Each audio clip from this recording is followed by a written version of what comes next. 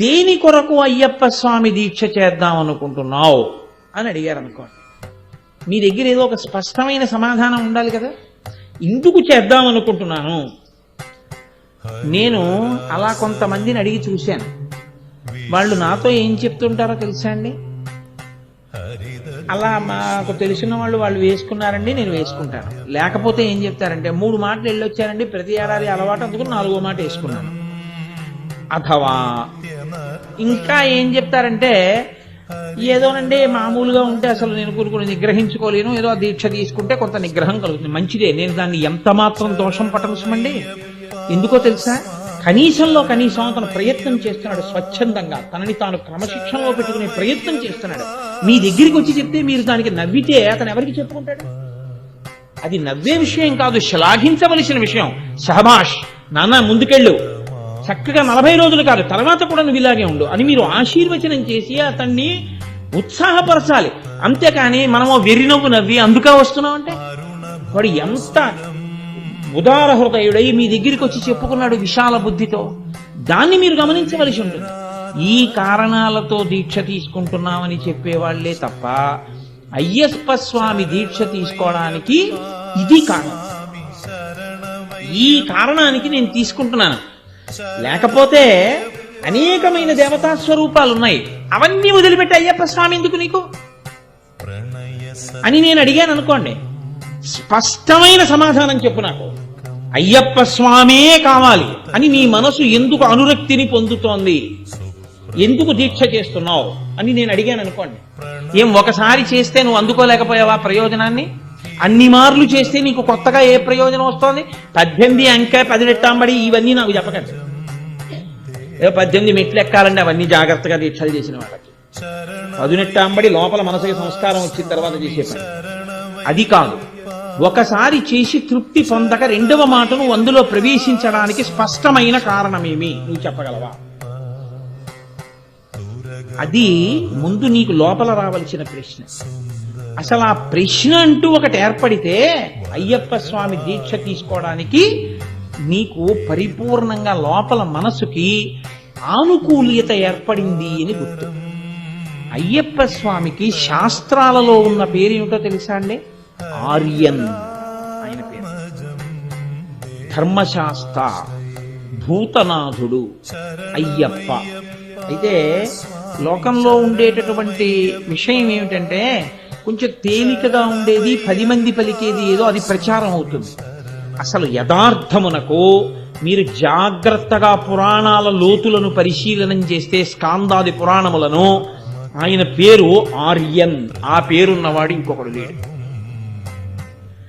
ఆర్యన్ అన్న పేరు ఎవరిదో తెలుసా అండి? కేవలము ఒక్క అయ్యప్ప స్వామి. ఆర్య అంటే పూజింపదగినది, పూజింపదగినవాడు, పెద్దవాడు, గౌరవనీయుడు. ఆర్య అన్న పేరుతో సంబోధింపబడేది ఒక్క పరాశక్తి. ఆర్యాశతకము. ఆర్యా మహాదేవియున్నను రక్షింప నిరుంగునో ఎరగదో నా భాగ్యం ఎట్లున్నదో అంటారు పోతర గారు భాగవతంలో. ఆర్యా మహాదేవి అన్న పేరు కేవలం అమ్మవారికి చెందింది. అందుకే మూకశంకరులు ఆర్యాశతకము అని చేశారు. ఎవరైనా పెద్దవారిని ఉద్దేశించి మనం ఏమైనా ఉత్తరం రాస్తే ఆర్య అని సంబోధించి వ్రాస్తాం. కాబట్టి ఈ ఆర్య అనబడేటటువంటి సంబోధన ఏది ఉందో అది పెద్దరికాన్ని సూచిస్తుంది, పూజనీయతని సూచిస్తుంది. కాబట్టి ఈ పూజనీయతను పెద్దరికాన్ని సూచించేటటువంటి ఆర్య శబ్దం అయ్యప్ప స్వామి యందు ప్రయోగించారు. అయ్యప్ప స్వామి యందే ప్రయోగించడంలో ఉన్న గొప్పతనం ఏమిటో తెలుసా అండి? మళ్ళీ శివ పాదాది కేశాది పర్యంత స్తోత్రం అని శంకర భగవత్పాదులు చేశారు. శివుడికి 3 కుమారులు అని చెప్తాయి పురాణాలు. పెద్దవాడు గజాననుడు, వినాయకుడు. కట్టకడపటివాడు సుబ్రహ్మణ్యుడు, మధ్యలో వాడు అయ్యప్ప. ఇందులో మీరు కొంచెం జాగ్రత్తగా పరిశీలించండి. పెద్ద ఆయన్ని పిళ్ళయార్ అంటారు, అయితే అగ్రజ ముందు పుట్టినటువంటి వాడు.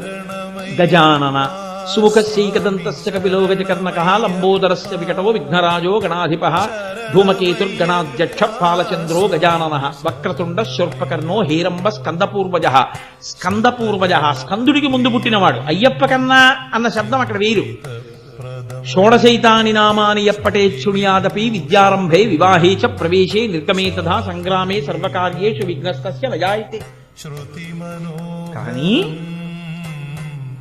ఆయనకి గజాననుడు అని పేరు, లేదా పరమశివుని యొక్క కుమారులలో పెద్దవాడు అని పేరు.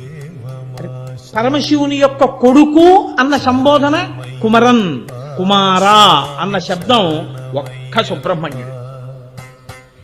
ఈ ఇద్దరికీ లేనిది శివుడి యొక్క కుమారులలో ఆర్యన్ ఒక్క అయ్యప్ప స్వామి.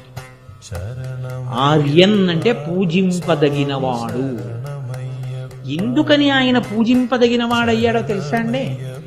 స్కాందం చాలా ఆశ్చర్యకరమైన విషయం చెప్తుంది. శబరిమలై, మలై అంటే పర్వతం. పర్వతం అంటే పర్వతం అంతా అయ్యప్ప స్వామి గుడి కాదు, పర్వతం చాలా పెద్దది.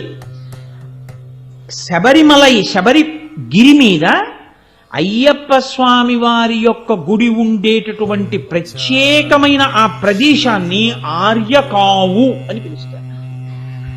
ఆర్యకావు పురాణాంతర్గతంగా ఆర్యకావు అంటే పెద్దలున్న స్థలము, పూజనీయమైన స్థలము. ఇప్పుడు ఒక పీఠాధిపతులు లోపల ఉన్నారు అని నేను అన్నాను అనుకోండి. ఇప్పుడు పీఠాధిపతుల దగ్గరికి వెళ్ళాలి, మీరు ఏం చేయాలి? ఎలా పడితే అలా వెళ్ళడానికి వీల్లేదు. మీరు వెంటనే మీరు పెట్టుకు రాకపోతే పెట్టుకోమని బయట విభూతి బొట్టు పెడతారు. మీరు విభూతి పెట్టుకుని బొట్టు పెట్టుకుని చొక్కా విప్పేసి బనీని విప్పేసి ప్యాంటు మీద తువ్వాలేసుకెళ్ళడం దారుణం. న్యాయానికి పంచ కట్టుకుని ఉత్తరీయం తీసి నడువుకి కట్టుకుని పీఠాధిపతి దర్శనానికి వెళ్ళాలి. నేను చెప్పేది శంకరాచార్యుల వారి చేత ప్రతిష్ఠింపబడిన పీఠాలు, పెద్ద పెద్ద పీఠాల గురించి నేను మాట్లాడుతున్నాను. శృంగేరి, పూరి, కామకోటి ఇలాంటివి. అటువంటి మహాపురుషులైనటువంటి పీఠాధిపతుల దర్శనానికి వెడితే అలా పెడతారు. అంతేగాని చొక్కాలతోటి బనీలతోటి లోపలికి వెళ్ళరు, రానివ్వరు కూడా. పెద్దలున్నారు, దర్శనమునకు ఒక నియమ నిబంధనలు ఉంటాయి, అలాగే వెళ్ళవలసి ఉంటుంది. ఇంకొకలా వెళ్ళడం కుదరదు. పెద్దలున్నారు, ఆర్యన్నున్నారు, ఆ దర్శనానికి మీరు ఇక్కడ చాలా నియమాలు మొదలు పెడితేనే ఆ పైకెక్కి దర్శనం చేయవలసి ఉంటుంది. అంత పెద్ద ఆయన దర్శనం మీరు చెయ్యాలి. అత్యంత చిన్న పిల్లవాడిగా వచ్చి అత్యంత పెద్ద ఆయనగా కూర్చున్నవాడు అయ్యప్ప స్వామి. ఎందుకంటే ఆయన పెళ్లి చేసుకున్నట్టు గృహస్థాశ్రమంలోకి వెళ్ళినట్టు ఆయన శాస్త్రంలో లేదు. బ్రహ్మచారిగానే ఉండిపోయాడు అంతే. రాజుగారు ఆయనకి పెళ్లి చేయలేరు. వెంకటేశ్వర స్వామి వారిలో ఆయన యథార్థంగా భూమి మీద తిరిగారు. కానీ ఆయన చుట్టూ ఆ యోగబంధం కట్టుకుని చిన్ముద్ర పట్టి కూర్చున్నారు. పెద్దరికం దేనివల్ల ఇస్తారు? వయసు చేత ఇవ్వరు. పెద్దరికం దేనివల్ల ఇస్తారంటే జ్ఞానము వలన ఇస్తారు. తాతగారు ఉండొచ్చు, తండ్రి గారు ఉండొచ్చు, పెదనాన్నగారు ఉండొచ్చు, బాబాయ్ గారు ఉండొచ్చు. ఓ 18 ఏళ్ల పిల్లాడు బ్రహ్మజ్ఞాని సభలోకి రావచ్చు. ఇప్పుడు ముందు తాత వెయ్యాలా, తండ్రి వెయ్యాలా, తల్లి వెయ్యాలా, ఎవరు వెయ్యాలి అక్షతలంటే బ్రహ్మజ్ఞాని వేస్తాడు. వయస్సుని బట్టి కాదు నమస్కారం, జ్ఞానాన్ని బట్టి నమస్కారం. జ్ఞానమున్నవాడికి ముందు నమస్కారం ఉంటుంది. కాబట్టి ఇప్పుడు ఆయన పెద్దరికం ఎక్కడిది? ఆయన పెద్దరికం ఆయన పరబ్రహ్మమును గుర్తిరిగినవాడు. గుర్తిరిగినవాడు కాదు, ఆయన పరబ్రహ్మమై కూర్చున్నవాడు. అందుకే తత్వమసి మహావాక్యమునకు రూపకల్పనయే ఆర్యన్. అందుకే ఆయన పైన తత్వమసి అని రాసున్నాడు. తత్ త్వం అసి, అది నీవై ఉన్నావు. నేను దీక్ష పట్టొచ్చాననుకుంటున్న నువ్వు నా దర్శనానికి వచ్చానని నువ్వు అంటున్నావే, ఈ నేను రెండు కాదు ఒక్కటే. ఇది తత్వమసి. ఈ స్థాయికి నువ్వు ఎదిగి వచ్చేస్తే, ఆ స్థితికి వెళ్ళిపోతే పూర్ణాహుతి తీసుకెళ్లి కొబ్బరికాయ అగ్నిహోత్రంలో పారేస్తున్నావు.